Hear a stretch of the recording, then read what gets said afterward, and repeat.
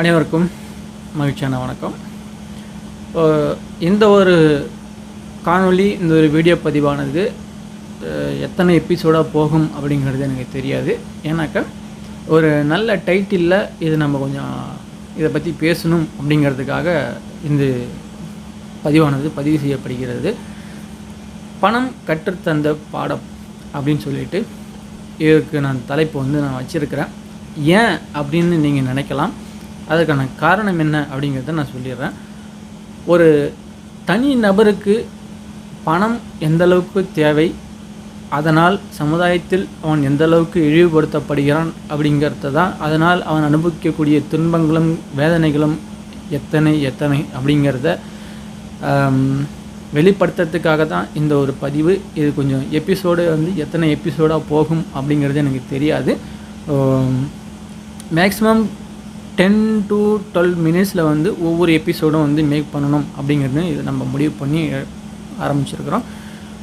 அநேகமாக இது நிறைய பேருக்கு ஹெல்ப்ஃபுல்லாக இருக்கும், நிறைய பேருக்கு எமோஷ்னலாக பாதிக்கப்படும் அப்படின்னு நான் நினைக்கிறேன். தொடர்ந்து இந்த வீடியோவை சப்போர்ட் பண்ணுங்கள், சரிங்களா? இதில் ஒரு மிகப்பெரிய நீங்கள் கற்றுக்கக்கூடிய விஷயங்கள் நிறையவே இருக்குது, நீங்களும் கற்றுக்கலாம் அப்படின்னு நான் நம்புகிறேன் இதில். ஏன்னா பணத்தினுடைய தேவை அந்த அளவுக்கு இருக்குது அப்படிங்கிறத நான் ஆழமாக பதிவு செய்கிறேன். இது அந்த தனிநபருக்கு மட்டுமல்ல, ஒவ்வொருக்கும் இது பொருந்தும் அப்படின்னு சொல்லி அந்த சின்னதாக ஒரு தனிநபருடைய அந்த ஒரு வாழ்க்கை எப்படியெல்லாம் நகரு இருக்குது அப்படிங்கிறத ஆரம்பித்து நான் சொல்லிடுறேன். அவருடைய பெயர் பார்த்திங்கன்னா ஜோஸுங்கிறது அவருடைய பெயர். இந்த ஜோஸ் அப்படிங்கிறவருக்கு என்ன நடக்குது, பணத்தினால் என்னென்ன துன்பங்கள் எல்லாம் அனுபவிக்கிறாரு அப்படிங்கிறத தான் நான் பதிவு செய்யணும்னு நினச்சது. ஸோ ஜோஸ் அப்படிங்கிறவர் ஆரம்ப கட்டத்தில் அவருடைய பிறக்கக்கூடிய காலகட்டத்தில் எப்படி இருந்துச்சு அப்படின்னு நான் ஆரம்பிச்சிட்றேன், சரிங்களா? ஸோ ஜோஸுக்கு அப்பா அம்மா இருவரும் இருக்கிறாங்க, ஒரு அக்கா இருக்கிறாங்க. இவங்களுடைய பூர்வீக வாழ்க்கையானது தங்களுடைய பூர்வீக ஊரான அந்த ஊர்லேருந்து இடம்பெயர்ந்து அங்கே விவசாயம் பண்ணிகிட்ருக்குறாங்க. அங்கே என்னென்னாக்கா ஒரு குறிப்பிட்ட அளவு தான் பயிர் வைக்கக்கூடிய நிலமானது கொஞ்சம் தான் இருக்குது. அப்போவே அவங்க அப்பா அம்மா, அதாவது ஜோஸோடைய அப்பாவுக்கு பார்த்திங்கன்னா 2 பேர் தம்பி இருக்கிறாங்க. அவங்களுக்கும் கல்யாணம் ஆயிடுச்சு. இல்லை ஜோஸோடைய அப்பாவுக்கு பார்த்திங்கனாக்கா 2 தம்பிங்க இருக்கிறாங்க. அப்போ அவங்களுக்கு கல்யாணம் ஆகலை. ஒருத்தருக்கு மட்டும் சொந்த ஊரில் பூர்வீக ஊர்லேயே கல்யாணம் ஆயிடுச்சு, ஒருத்தருக்கு கல்யாணம் ஆகலைன்னு எனக்கு சரியாக அதை பற்றி தெரியல.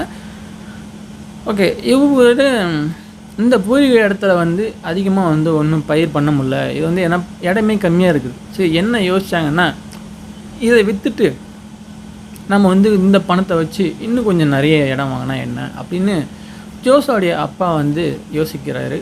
அப்படி யோசிக்கும் பட்சத்தில் தான் அருகில் இருக்கக்கூடிய ஒரு 3-4 கிலோமீட்டர் தள்ளி இருக்கக்கூடிய ஊரில் போயிட்டு ஒரு இடத்த ஒன்று பார்க்குறாங்க. இந்த இடத்த விற்றுட்டு போய் அந்த இடத்த வாங்குறாங்க.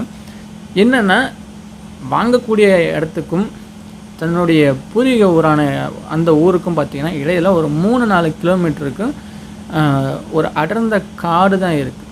குறுக்க எந்த ஒரு ஊடுமே கிடையாது, எதுவுமே கிடையாது. ஃபுல்லாகவே ஒரு அடர்ந்த காடு 4 கிலோமீட்டருக்குமே. இவங்களுக்கு சொந்த ஊருக்கு வரணும், ஒரு கோயில் குளத்துக்கு போகணும்னு சொல்லி வந்தாங்கன்னா இந்த காட்டு பகுதி வழியாக தான் வந்தாகணும். அதுவுமே சைக்கிளில் தான் வரணும். அப்படிப்பட்ட ஒரு காலகட்டம் அது. இதை நான் சொல்கிறது பார்த்திங்கன்னா 1990களில் நான் சொல்கிறது. சரி, ஓகே, இது இங்கே விட்டுருங்க. இப்படி அங்கே போய் இடம் பெயர்ந்து அங்கே இடம் வாங்கி அங்கே போயிட்டு வீடு கட்டி அங்கேயே இருந்தாங்க. அந்த காலகட்டத்தில் தான் பார்த்திங்கனாக்கா ஜோஸ் அப்படிங்கிறவர் பிறக்கிறாங்க. அதுக்கு முன்னாடி இவங்க அக்கா இருக்கிறாங்க. ஜோஸுங்கிறவங்க ஒரு 1992 அந்த டைமில் இவங்க பிறக்கிறாங்க. இவர் பிறந்ததுக்கு அப்புறம் பார்த்திங்கனாக்கா அவருடைய நினைவுகளில் பார்த்தது என்னென்னா அப்படின்னாக்கா, நம்ம என்ன பண்ணுறாங்க அப்படின்னு அவருடைய கண்களில் பதிகிற சில விஷயங்கள் என்னென்னாக்கா, அது வெறும் யாருமே இல்லாத ஒரு பொட்டல் ஏரியா அது. அங்கே யாருமே மனித நடமாட்டமே இருக்காது. 6 மணிக்கு மேலே மனித நடமாட்டமே இருக்காது. அப்படி ஒரு இடத்துல அவங்க ஒரு கூரை வீடு வச்சு தங்கியிருக்காங்க. அந்த வீட்டுக்கு பார்த்திங்கன்னா கரண்ட் வசதி கிடையாது, எதுவுமே கிடையாது. இப்படி தான் அவங்களுடைய வாழ்க்கையை தினமும் அப்படியே நகர்ந்து நகர்ந்து போயிட்டுருக்கு. அப்புறம் ஒரு காலகட்டத்துக்கு மேலே இவருக்கு வந்து பள்ளிக்கூடம் சேர்க்கணும் அப்படின்னு ஒரு வயசு வருது.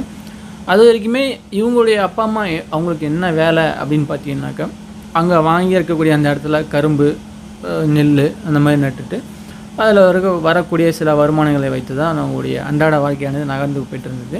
கரும்பில் என்ன பண்ணுவாங்கனாக்கா, இந்த வெல்லம், கட்டி வெல்லம் தெரியும் உங்களுக்கு நினைக்கிறேன். அப்போது கருப்பு கருப்பாக இருக்கும் அந்த வெல்லம் தான், அதை தான் அவங்க தயாரிக்கக்கூடிய அந்த ஒரு வேலையை செஞ்சுட்டு இருந்தாங்க. இப்படியே காலங்கள் வந்து இப்படியே உருண்டு ஓடிட்டுருக்கு. இவருக்கு வந்து வயசு வந்து 5 வயசு ஆகுது. ஒரு பள்ளிக்கூடத்துக்கு கொண்டு போயிட்டு சேர்க்கணும் என்னக்கா, அப்புறம் சேர்த்து ஆகணுமே, வயசாகுதில் படிப்பு கொடுக்கும்போது 5 வயசு ஆனோடனே ஃபஸ்ட்டு கிளாஸு, அதாவது 1ஆம் வகுப்பில் கொண்டு போயிட்டு அந்த அருகில் இருக்கக்கூடிய அந்த ஊரில் கொண்டு போய் சேர்க்குறாங்க. இப்படி சேர்க்கும் பட்சத்தில் இவங்களுக்கு சைக்கிளில் தான் போகணும். தினமும் பார்த்தீங்கன்னாக்கா சைக்கிளில் தான் கொண்டு போயிட்டு விட்டுட்டு வரணும்.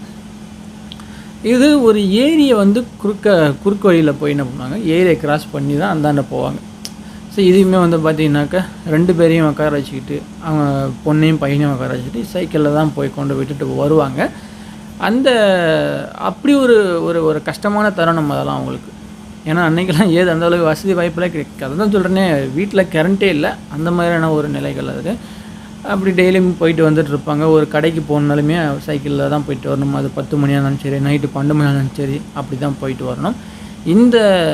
இவங்க தங்கியிருக்கக்கூடிய அந்த வீட்டிலேருந்தும் அந்த பள்ளிக்கூடத்துக்காக இருக்கட்டும், அந்த அருகில் ஏதாவது வாங்கிறதுக்கு போனாலுமே இருக்கட்டும், அதுக்குமே வந்து ஒரு 3 கிலோமீட்டர் வந்து இவங்க சைக்கிளில் தான் போயாகணும், வேறு வழி கிடையாது. அதுவுமே பார்த்திங்கன்னா அது ஒரு ஓட்ட சைக்கிள். அந்த மாதிரியான ஒரு நிலைமையில் தான் அவங்களுடைய ஆரம்பகால வாழ்க்கையானது தொடங்கப்பட்டது.